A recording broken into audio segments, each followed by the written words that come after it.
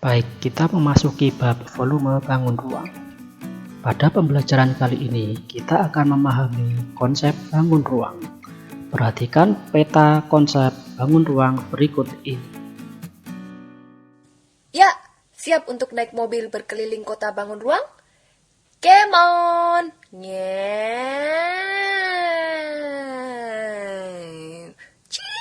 Wah, lihat! Bangun ruang ini secara garis besar dapat dibagi menjadi 3. Prisma, limas, dan bola. Oh ya? Masa sih? Ayo kita cek. Prisma ada bermacam-macam, tergantung bentuk alasnya. Ada prisma yang alasnya segitiga, disebut prisma segitiga, seperti ini. Ada pula prisma yang alasnya persegi, atau yang lebih beken disebut sebagai kubus. Nah, ada juga prisma yang alasnya persegi panjang, tapi nama ngetrennya adalah balok. Nah, ada juga prisma yang alasnya lingkaran. Tapi setelah terkenal jadi artis, namanya ganti jadi silinder. Nah, semua bangun ruang ini memiliki volume atau isi dan juga memiliki luas permukaan. Yang perlu dipahami adalah prinsipnya, yaitu bahwa volume itu di mana-mana rumusnya sama, yaitu luas alas kali tinggi. Dan luas permukaan itu rumusnya pasti JSS, jumlah semua sisi dari bangun tersebut. Lihat, ini volume prisma segitiga adalah luas alas kali tinggi. Benar kan? Luas permukaannya adalah jumlah luas segitiga ini, dan ini ditambah jumlah ketiga segi 4 ini, dan ini. Segitiga dan segi 4 yang ada di sini bisa beda-beda ukuran luasnya, tapi bisa juga sama. Yang penting pegang prinsipnya, yaitu JSS. Bagaimana dengan kubus?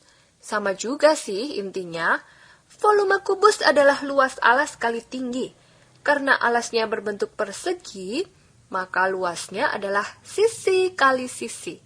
Karena tinggi kubus sama juga dengan panjang rusuk alasnya, maka volumenya disebut sama dengan sisi kali sisi kali sisi. Sisi pangkat 3. Luas permukaannya karena ada 6 buah persegi, maka 6 kali sisi kuadrat. Balok juga begitu nasibnya. Lihat, volume kan rumusnya luas alas kali tinggi. Karena alas balok berupa persegi panjang, yang rumus luasnya adalah panjang kali lebar, maka volume balok adalah panjang kali lebar kali tinggi. Cihuy!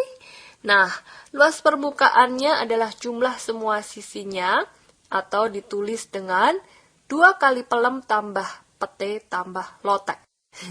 Maksudnya, panjang kali lebar ditambah panjang kali tinggi, ditambah lebar kali tinggi, lalu semuanya ini dikalikan 2. Nah, bahkan volume silinder pun sama, luas alas kali tinggi. Karena alasnya berbentuk lingkaran, maka luas lingkaran adalah pi kali R kuadrat. Jadi rumus volume silinder adalah pi kali R kuadrat kali T. Pi R kuadrat T. Asik ya? Lanjut lagi ke bentuk-bentuk bangun datar yang lebih seru, yaitu limas. Nah, ingat, limas ini ciri-cirinya lancip, seperti atap rumah, seperti piramid, atau seperti topi. Volumenya juga luas alas kali tinggi loh, tapi karena lancip, jadi perlu dibagi 3. Kenapa begitu? Makanya cepat dong naik ke kelas 8 supaya nanti diajak oleh bapak ibu gurumu untuk berpetualang menyelidiki dari mana asalnya volume bangun. Nah, kembali ke limas. Jenis limas itu juga tergantung dari bentuk alasnya. Ada limas segitiga, limas segi 4, dan ada limas lingkaran loh, karena alasnya berbentuk lingkaran.